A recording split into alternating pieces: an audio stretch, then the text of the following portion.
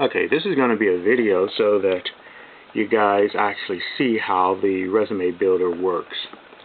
There's two files in the zip file that I've loaded to Google Docs for the public to download freely. One is called mergeit, and that's just basically a regular DOC file, a Word document. Let me show you what it looks like. This is the template. This is nothing more than mail merge, but they're not merge fields, they're fields that I've created. You see the words you name. Basically how this works is within my macro enabled document that I'm going to show you after this. Let me shrink this. In my macro enabled document, what it does is using the find feature in VBA, I look for these, I create unique words. You name is basically for your name basically. And within my code, you'll see all of that. Once I run the code, it merges everything. Now, notice this section right here. The red means that you must customize that part for yourself. I have, basically done the cover letter basically for you and the resume, but you do have to do some writing on your own. So the red part, the black part you don't touch. The red part you will add more and you will customize it so that it's to your liking. Here, once again, this is the resume part. The second page is the resume. Cover letter is the first page. Resume is attached to it, the second page. Once we merge that, and you'll see how that works, you have everything that you used to have in a resume. I'll zoom in here. So you can see that. All of that's going to be merged in, and look at that. That's just regular text. Those are not text fields. They're regular text. Because I'm writing the VBA code myself, I'm going to show you how it works. Now we're going to go into the next document. This is the macro enabled document. This is the only document that you enter anything in. You do not enter anything into that document I just opened up. The yellow section are the headers for what you're going to be entering. It says your first and last name, of course. I entered some fictitious information. Kenny example. Your home address, 55 Fairytale Lane, etc. So basically this line, this white line right here under the first top yellow line is for my information, my personal home information. The second line here, the yellow line, are instructions for the position that you're applying for, not your past employers, but the position that you're applying for. Company name, who you are applying to work for. I have fake company here. The next says it's title of the position that you're applying for, supervisor of assembly, etc. Company address, 2021 Fake Street, etc. And it continues down here on the line below it. I'm sorry, no it doesn't. This right here is for the resume part, is the beginning. And a resume at the very top, you usually have like, what's your goal, your career goal? And you just, type a little of anything, but you're not going to type some long, drawn out 3 or 4 paragraph because the code isn't written to accept long text strings. So just write a little bit of something, and you can go into the, into the resume and revise it and tweak it later. Here, what are your professional strengths? All of this is what you usually find in a resume. Then the next is, what is your name? What is the name of your current employer? All this first line right here, yellow line, is your current employer or the last employer that you have. So you put that information under it now. And the next one is the next to the last employer, the employer you had before this current one or the last one. You put that information here, and this one is the second to the last. This is, and you put that information here. And one more, the third to the last employer, you put that here, and now we're done with the employer section. You can actually add more on your own once you merge this, but for now all I did was 4 of your current to last employers. After that is your education. So it says, what is the name of college or university attended? List high school if no college or university attended. And it asks you for the year that you began college, when you graduated or the year ended, and then what was your major or minor. Under that is the references. So you have your first reference, your second reference, and your third reference. Now, once all that's filled in, see the button here? You click the button that will run the VBA code. Now notice what happened here. I have an error message. I'm going to show you guys how to fix the error message. It's saying that it cannot find, let me see if I can get this to focus. It's saying that it can't find the mergeit file. So I'm going to debug this, click on debug, and notice the line right here. It says mergeit. Well, it's there, and notice that it doesn't have the full path there.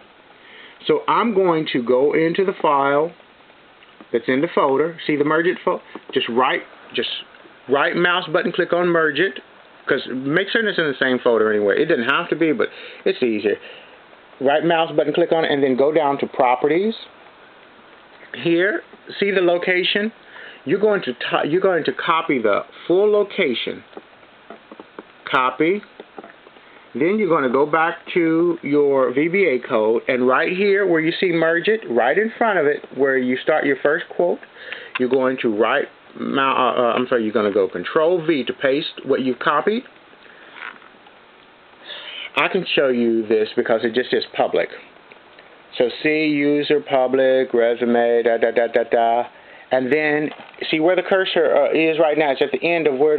So you're going to add a a backslash, because that needs to be before the name of the document. Now what we're going to do is we are going to, my menu options are at the bottom, usually the menu options are at the top. You're going to go to run, you're going to click it, you're going to hit reset, and you're going to hit run again, and then you're going to go up to run user form, and it works. See, when it does that, you know that it worked. And I'm going to shrink this so you can see what happened. Okay. There are 3 documents open now, and notice this one's open. And see what it did? It took all the information from that yellow and white document, and it pulled it in. The header is a little different from the rest of it. I had to do that separately. I had to do that as a different VBA code dealing with header, because just because you are merging things in the document doesn't mean it's going to impact, it will not impact the header. But anyway, this is what you have here. This is the top header section. That's what merged into the document that you saw that had the generic fields that I created, which were regular text. They were not, merge fields. They were regular text, but my VBA code used the found object the find object to actually find those unique words and replace them with what I wanted replaced. So basically you have your career profile, and remember I said you're not going to put a lot in it. You'll go and you will basically update it later. So now you at least have the format and the structure of your resume. So now you can go and you can add more to it, like your professional strengths. Of course you want more than this here, so you're going to type more there. Professional experiences, of course, you have your company name from year to year, the title, and then what you did, your requirements. You're going to type a lot more than that. So basically this is just a template that will actually get you started, so you don't have to you don't have to stress on, well, I don't know how to do a resume, I don't know how to format it. It's already formatted for you. I've already done all the formatting, and I've created this so that it's quick and easy for you. No one should have to work really hard on doing a resume. It should be fun, and it should be simple, and it should be easy. It shouldn't be complex, and it shouldn't cause you to have headaches. Okay, I'm not going to save this now. When you do this, what you're going to do is you're going to do save, file, save as, not save. But then when you come down here, you're going to give it a new name. You are never going to save over that file, because once you do that, those unique names are gone, and without those unique names, the template no longer works. So here you're just going to write whoever the name of the person is. Let's just say Kenny. And you go ahead and you go save. So now it's saved as Kenny. But when you close it out, you can click this again and it'll still work, because as you see what happened, I'm going to close this and I'm going to do it again so you can see. Okay, I'm going to open this small and I'm going to run it. Okay, you know that you can open the VBA window right on top of the regular window, whether you're in Excel or Word, and that's what I've done here. So I'm going to run it while I'm in the document. and I am going to show you what it looks like. See how it just did that? When it does that, you know that it worked. When it gives you an error message, it didn't work. So usually if you don't see the other Word document open up, you just look at your Word documents here and you can click on it and you'll see the third when you click on it and see that it merged it. Okay, now let's go into the VBA code because I do want you to see how it works. Okay, here's the VBA code that I wrote. This may look complex, but it's really not. Because I added a button, you see the private sub there. Notice everything here is a variable. I don't have dim statements here. I don't have any arrays here. I don't have any loop statements. So it's not going to loop a lot of different documents. In fact, you can really change this code so that it will do multiple resumes from multiple people at the same time within seconds.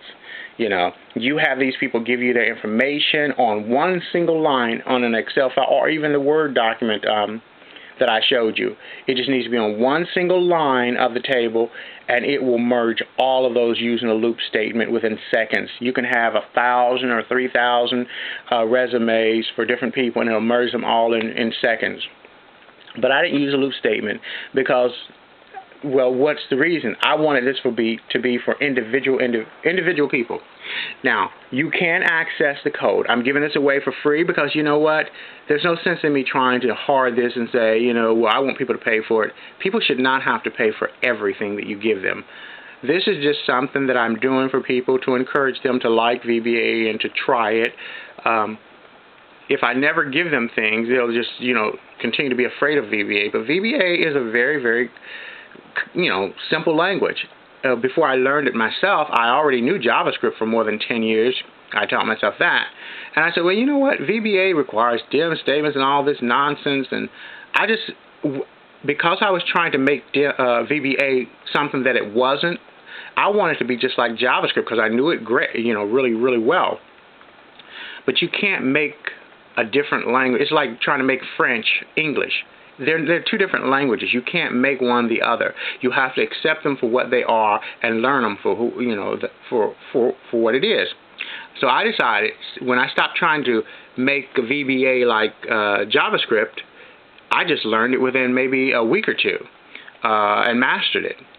And so basically you have, it looks complicated, but the first one you have my name, and you remember on that template where you saw my name? And I have basically active document.tables.1 row 2, and let me go and explain this. Let me shrink this so I can explain it. Let's click here. Okay. All right. See this first cell right here where it says first, your first and last name? Under that is where I type Kenny example. Well, in tables, in an active document, this is an active document. Whatever's open at the time that you're looking at and you're working on is called an active document. Anything you don't see is not the active document. This is the active document right now. In this active document, there's only one thing. There's a table. And a table, you can have tables in documents, Word document, you can have paragraphs, you can have pictures, but there is a code, there is a built-in object path for each of those. First off, the hierarchy is you have a document, and this is the active document. After the active document, you put a period. Now, what in this active document do we want to impact? Well, there's a table in here, and that's what we want to impact. So it'll be active documents.tables with an S. Well, what if I had multiple tables in here? You need to specify exactly which table you want to impact. So that's why you just can't have active document.tables. You have to have what table you want. It's only one table in here, but you still have to specify table 1. So the active document.tables, parentheses 1, close parentheses, dot. Now, within a document, you have different cells. You have rows and columns. So whether you're in Word, you're dealing with tables, or whether you're in Microsoft Excel, dealing with the rows and the cells, there is a hierarchy.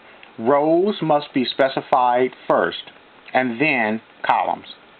So it's only 2 criteria, rows and columns, for tables and, you know, Excel files. So For this one, it would be active documents dot tables parentheses 1 close parentheses for table 1 dot rows ROWS. But now which row? You have to specify the row. I want row 2. So it's rows parentheses 2 close parentheses. Now within row 2, what column do I want? Well, this is kind of confusing for some people who don't use VBA. Well, you use cells in place of columns. So it will be rows parentheses 2 close parentheses dot cells CELLS. Begin parentheses, and I want cell 1, meaning column 1, close parentheses. Now that I have active documents dot tables 1 dot row 2 dot cells 1, now I'm going to put a dot there because I want the range. And I want, let's go back over here so you can see what I'm saying in the VBA code. So as you can see, here it is right here. Active document, table 1, row 2, cell 1, range, dot text. The reason is because I want to find all the text in there. But I need to do something because in VBA, when it finds text or paragraphs, it adds an extra space at the end. I don't want that extra space. So that's why I have the left statement here and the len statement here, because I'm going to subtract 2 characters from the end of it. And that is going to give me exactly what I want. Because without that, you're going to have these strange looking circles at the very end of each one of your entries when it merges into the mergeit file document, and that doesn't look right. It's just not something, and plus it's going to be extra line spacing between it. So this is what you must do to actually get rid of it. You can also probably have used a trim statement, but this is just how I chose to do it. There are hundreds of ways to do the very same thing, whether you're dealing with Microsoft Word or Excel. So I'm giving you the code because I want you to do with it what you please and how you want to customize. You can change this. You can do whatever you want. Well, it's published because it's on Google Docs. Anytime you load something to the internet, it becomes known as published. So it is published, but I'm not going to sue someone or try to sue someone for, copyright infringement or anything like that. That's the whole purpose, giving it away for free so you can change it and do to it what you want. But now I'm not going to go into detail on explaining everything because I have books out, very quick books that will explain Excel, VBA in Excel and VBA in Word, and also something similar to this where you merge multiple month-end reports and things like that. So I have little books out that are under $5. So if you want to know more about different objects to use in VBA, you'll have to buy the book. But this right here is free, and I'm just going to go over a few more. Now remember how I have all these variables up here that specify what each cell within that yellow and white document document is. But here, once it finds those unique words that I told you about before it merges, I told it what to do here. And this right here is basically the find object. It's going to look for uname, and it's going to replace it with the variable my name. And remember, if we go up here, my name equals that active document cell, which is the very, very first entry into that yellow and white document. So it's going to replace it with whatever the person puts in that cell. And that's what that is. Notice how the first one here that you see, the find text, is between parentheses or quotation marks. That means that it is a text string. That's what you're going to see in the template, and that's what it's looking for to replace. You're going to replace it with a variable. And notice how the variable doesn't have quotations around it. Well, a variable has been named. It's pulling from someplace, so it doesn't need quotation marks. And each one of those is named. Everything that you see in that template before it merges is here in this to be found. And they're between double quotation marks. And on this side, each one of them has something to be replaced with, and they're being replaced with a variable, and the variable is pulling from whatever is typed in a specific cell in that yellow and white table. Okay? Then down here you see my header 1, and I'm not going to go through detail on trying to explain this, but basically this is what I've done for the header. Because I use what's an M dash, see this where it says character or CHR151, that stands for the M dash. That puts an M dash there between when it merges, and I'll show you that again so you know what I'm talking about. Also, there is a line in there. You saw that colored line. That I put in there before I even did this, so that's in the template, so that stays in here. And here I specify the font name and the font size for your header. And then that's basically it for the code. So let me shrink this. And let me open up, this is it. See the header where you have your M dashes there? So let me close this out again so you can see what I'm talking about. Okay. Close this. Don't save it. Don't ever save over any of that. Okay, we're going to open up the mergeit. And remember where we saw the uname, that it was between double quotation marks? That means it's looking for that text string in this template here. When it finds it, it's going to replace it with, let me open this so you can see what it's going to replace it with. It's going to replace that with the very first text string that was typed into the table. And this cell right here has a name. Within the VBA code, it has, I think it's called your name. Wait a minute, let me make certain. No, it's called, okay, my name. Let me look so I can make certain what it's called. Go back to the, let me open it up. Go in here. Notice how I didn't save it because I showed you how to actually change this. You need to put your full path for that document. That's just the regular DLC document. I'm not going to save it here, but okay. That is called my name. Okay, so let's go here. Okay, so this very first cell here, I have created a variable that pulls the content from this cell, and that variable is called my name. So whenever my name is called on, it's going to just replace my name. It's going to replace with this context. So when we go to this document here, uname will be replaced with my name content, which will be this. And so that's basically how it works. It's basically mail merge, but it's not mail merge fields. It's just I'm using a find object in VBA to treat it just like a mail merge. And see how all these are broken up in different lines? This is for one person, but you can create this where it's like, you know, like in Microsoft Excel, or you can do it in Word, just like I've done it here. Instead of me having all of these on different lines and stuff like that, it will be all of these yellows will be on line 1. It will be straight across, really long. And then you would only have, then after that, the white cells will be right up under each other. They would be just like a regular data source. So you can change it so it's just like a regular data source, so you can have multiple people that it impacts. But if you did that, you have to add a loop statement to it. Now, I'm not going to show you how to do loop statement because I have a book out on that. So if you want to learn how to do it, you're going to have to get that book. Or you're going to have to look at one of my free videos on YouTube. But I hope that this template helps people who really don't like doing resumes and cover letters. All right, thanks.